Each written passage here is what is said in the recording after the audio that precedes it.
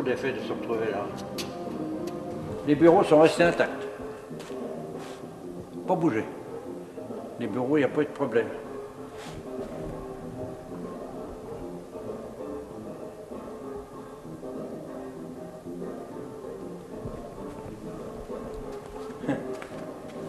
Là, il y avait des machines CUTA, et là, il y avait des établis, tout au long.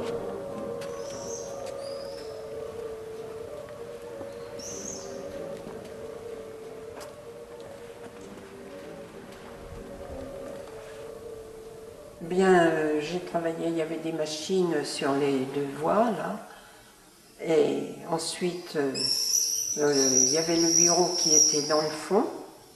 Alors, j'ai travaillé ensuite dans ce bureau. Le matin, je travaillais dans ce bureau, et l'après-midi, je travaillais au bureau du central.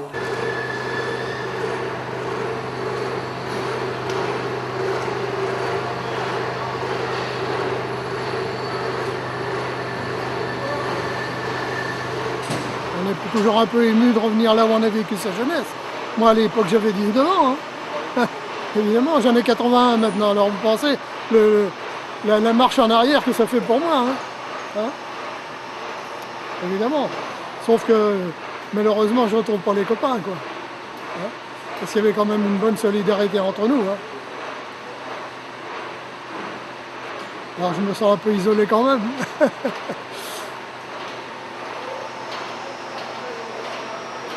Voilà. C'est émouvant, quoi. Eh bien, il y a du travail à faire, là. Hein. Tout ça, c'est à rénover, certainement.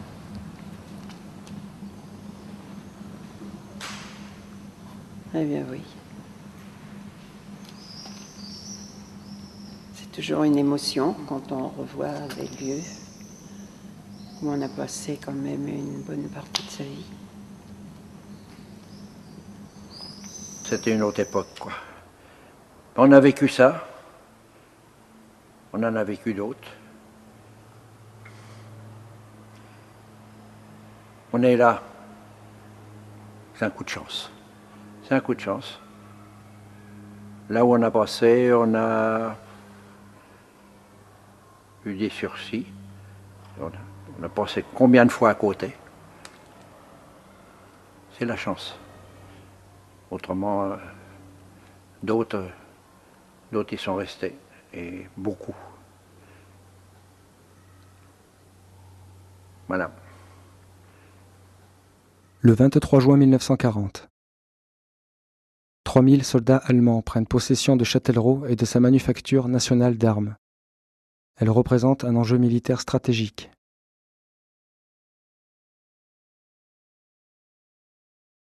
Désormais, toute la production de la manufacture est tournée vers l'effort de guerre allemand. Chaque ingénieur et technicien français est encadré par un soldat allemand. Il faut marcher à la vitesse de 5 km/h, ne pas sortir des ateliers sans un laissez-passer avec heure de départ et heure d'arrivée, ne pas se grouper à plus de 3 ouvriers. Les sacs et les poches sont souvent fouillés lors de la sortie. L'objectif de la nouvelle direction est d'accroître le rendement de la fabrication de pièces détachées qui, une fois assemblées en Allemagne, serviront à construire des armes utilisées contre les forces alliées. Manquant de main-d'œuvre dans leurs propres usines, les Allemands mettent en place dans un premier temps le système de la relève. Puis, toujours en étroite collaboration avec le régime de Vichy, le STO, le service du travail obligatoire.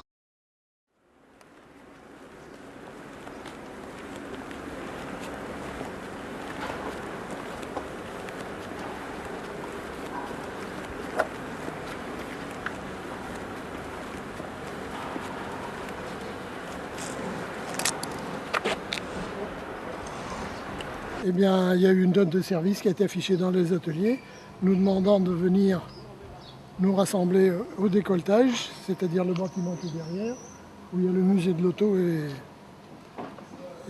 là, le directeur nous a fait, quand on était tous rassemblés, là, tous les jeunes, quoi, ce qu'on appelait les J3, jusqu'à 21 ans. Et il nous a demandé de participer à la relève qui avait été décrétée par le maréchal Pétain. Et la relève consistait à faire partir, pour un jeune qui partirait volontaire, travailler dans des usines allemandes, il reviendrait un prisonnier. Et alors, il nous a fait tout un baratin, il faisait appel à notre solidarité, à nos sentiments de français, etc. Enfin, et je vous en passe. Et puis,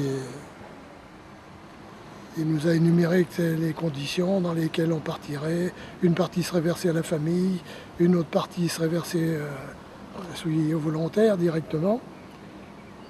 Et puis, à un moment donné, quand ça a été terminé, quand son baratin était terminé, il nous a demandé quels sont les volontaires. Personne n'a levé la main. Alors là, il s'est mis en colère. Il nous a... Je vous dirai pas les mots parce que je ne m'en souviens plus exactement, mais enfin, on peut dire qu'il nous a engueulés, quoi. Hein? On parlait honnête, il nous a enguirlandés. Et alors, puis il nous a renvoyés à notre travail. Et alors, quelques jours après, je ne saurais pas dire si c'était quelques jours ou une semaine ou 2 semaines, mais il a été affiché des noms de gens qui étaient désignés pour la relève. Comme il n'y avait pas eu de volontaires, ils prenaient des volontaires obligatoires.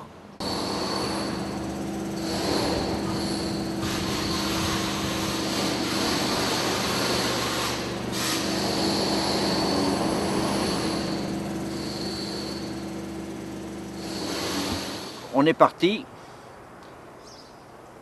avec l'idée de rouspéter un peu, mais là, on s'est trouvé coincé parce que c'était un inspecteur neutre qui nous recevait, qui était pour ainsi dire dans l'affaire ou pas dans l'affaire, mais enfin, pour travailler avec eux, il fallait bien qu'il y ait un peu quelque chose.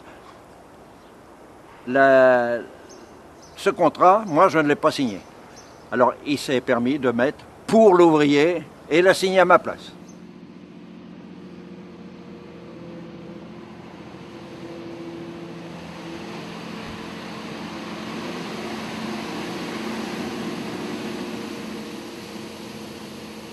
À Châtellerault, ici, dans la Manu, il y avait un groupe de résistants, les FTP, qui était très bien organisé, et très solide. Et c'est au cours d'une réunion clandestine que nous avons décidé de faire grève contre ces réquisitions. Ça n'est pas rien de déclencher une grève en pleine occupation allemande. Il fallait que ce soit bien préparé, bien réfléchi. Et c'est de l'atelier 39 bis d'où est partie cette grève. J'avais repéré le disjoncteur général dans un dépôt de machines séparé par une palissade en planche avec une porte à glissière. J'ai fait une niveuse, j'ai ouvert cette porte à glissière. Juste derrière la porte à glissière, il y avait une échelle qui accédait à ce disjoncteur qui était au plafond. J'ai coupé le disjoncteur général. Ça fait que comme ça, les chefs avaient besoin de mettre en route, ça ne marchait pas. Hein. Ça a été le déclenchement. J'ai descendu l'échelle à toute vitesse en glissant une échelle à montant rond, bien grasse, huilée. J'ai descendu ça à califourchon, à toute vitesse. Et puis, je me suis mis dans le lot avec les autres. Il y avait les filles qui travaillaient à la plaque. Il y avait René, il y avait Eliane, il y avait Léon, il y avait des gars aussi, il y avait Roux, il y avait Chiquet. Bon. Alors, on a fait une chaîne. On a fait une chaîne pour obliger tout le monde à refluer vers la porte. Mais alors, évidemment, il y en a des petits malins qui se baissaient, qui passaient dessous. Alors, on leur tapait dessus pour quelques-uns seulement. Mais le plus gros était bien d'accord et tout le monde est sorti par cette porte-là. Tiens, c'est celle qui est murée maintenant. Voilà. Et on en a vu passer du monde là, ce jour-là. Alors, on était au travail Et je me souviens plus si c'était un après-midi, je crois. Hein. C'était un après-midi, puis il y a eu un brouhaha qui venait de l'atelier central avec des informations comme quoi il fallait débrayer, qu'il fallait se rendre dans la cour d'honneur. Alors là, on a quitté le travail. On s'est regardé parce qu'on était quand même un peu inquiet, étant donné qu'on était quand même sous occupation allemande, et qu'il y avait des militaires armés. Enfin, on est parti quand même. C'était suite à la relève. Il fallait protester contre les listes de volontaires obligatoires qui avaient été publiées par la direction. Et alors, en cours de... On est sorti, bien sûr, on a arrêté le travail, puis on s'est rassemblés, là, puis on est sorti par cette porte-là. On est arrivé par ici. Puis alors, il y avait tous ceux de la production qui arrivaient par là. Et moi, quand je suis arrivé ici, là, il y avait le chef des Allemands, qu'on avait surnommé Napoléon, qui arrivait ici. Le porche n'était pas aménagé, il venait avec les soldats qui venaient du poste, là. Et c'est là qu'il nous a arrêtés. Puis il nous a dit « Reprenez votre travail, sinon je vais faire tirer dans la foule ». Alors, qu'est-ce que vous voulez qu'on réponde? On a fait demi-tour et puis on est reparti. Et en arrivant à la porte de l'atelier, il y avait un des collaborateurs qui travaillait dans notre atelier, mais qu'on ne connaissait pas à l'époque, qui relevait les noms de ceux qui revenaient de la manifestation. Alors, un collègue qui l'a pris par le callback et puis qui lui a déchiré sa liste, et puis qui lui a dit « Je te préviens, si tu donnes un seul nom, tu n'en donneras pas deux ». Puis on a repris le travail sans savoir quelle allait être la suite, quoi.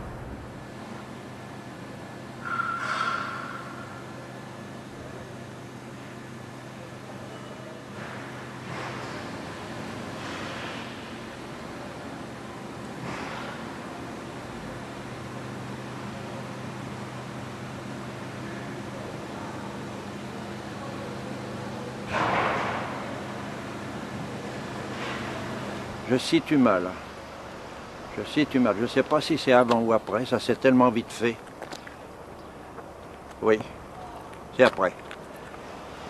On a pris le chemin qui longeait l'atelier de précision, tous ensemble.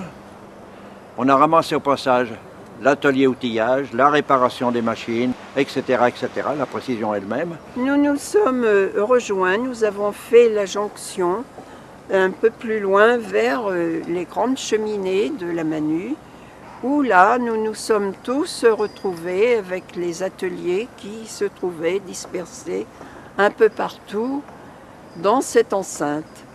Et alors, là-bas, nous avons été harangués par le sous-directeur, qui s'appelait Brice Orgueil à ce moment-là, et qui nous a demandé de reprendre notre travail dans nos propres ateliers.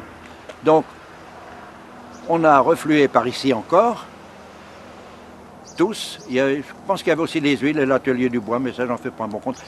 On était, en somme, en temps normal, 5 à 600 ouvriers. Là, on était dans les 1800 à 2000. Ça faisait quand même du monde.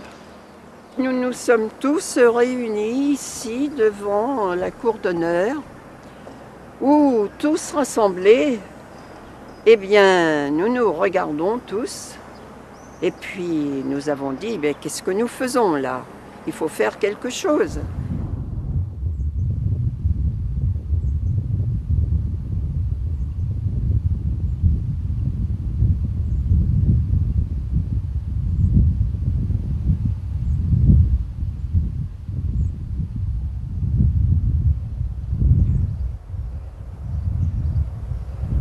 Il s'est passé une chose, c'est qu'on n'avait pas aperçu encore, mais aux deux fenêtres que l'on voit là-haut, il y avait les mitrailleuses de pointée. Et ils ne nous auraient pas ratés. Hein. Eh bien, d'un seul élan, les filles n'étant pas les dernières, nous avons entonné la Marseillaise. Alors cette Marseillaise, vibrante, éclatante, je peux dire, et tout le monde était sidéré, hein. Même les SS qui, eux, avaient braqué les mitrailleuses contre nous. Eh bien, qu'importe. Nous continuons à chanter la Marseillaise.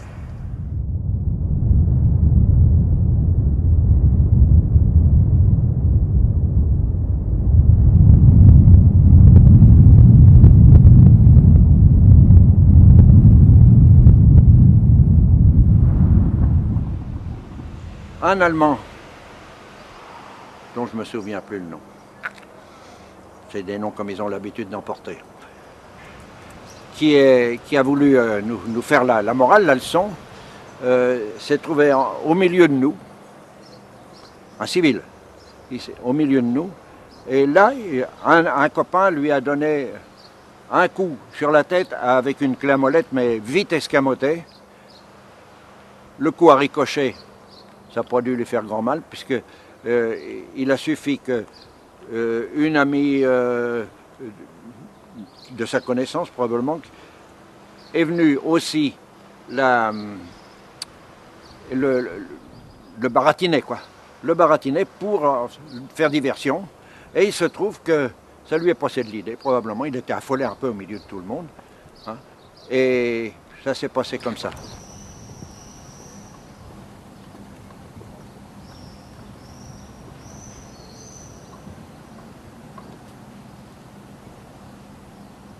Nous avons obtenu d'être reçus une délégation par la direction allemande et française. Et qu'avons-nous obtenu? Que les listes ne soient pas affichées publiquement comme elles étaient auparavant.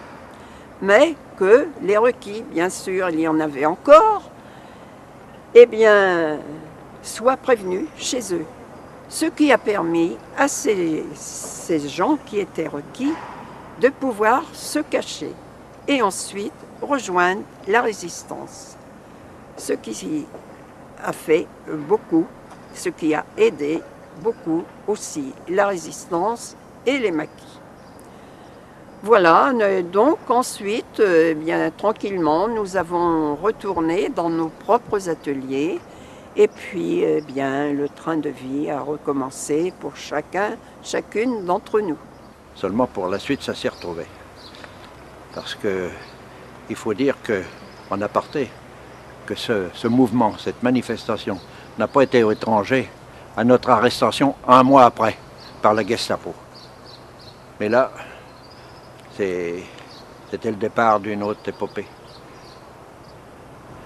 C'était le départ vers les horreurs qu'on a connues par la suite. Pas tellement pour celui qui avait donné le coup de clé à molette. Il a été fusillé à Biard. Un autre, qui était outilleur aussi ici. Mon frère n'est pas revenu. Il est mort où? Sur les routes, dans les bateaux coulés, ou on ne sait pas. Je suis le seul à être revenu.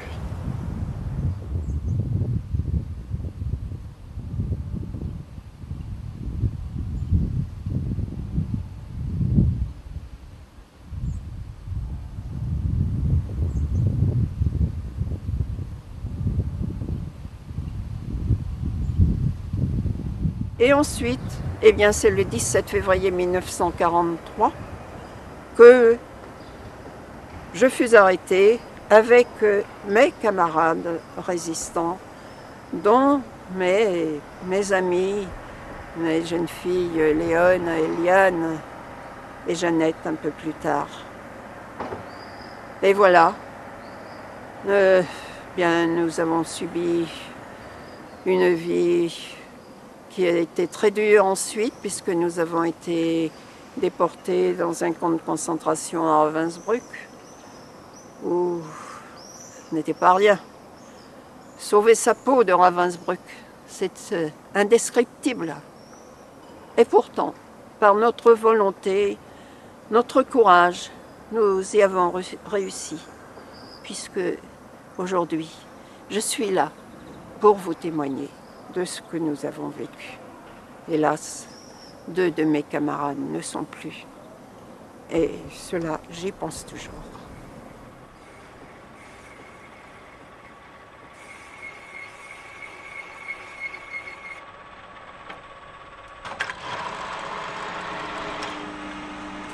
504 ouvriers, employés et cadres de la manufacture d'armes de Châtellerault accomplirent le STO.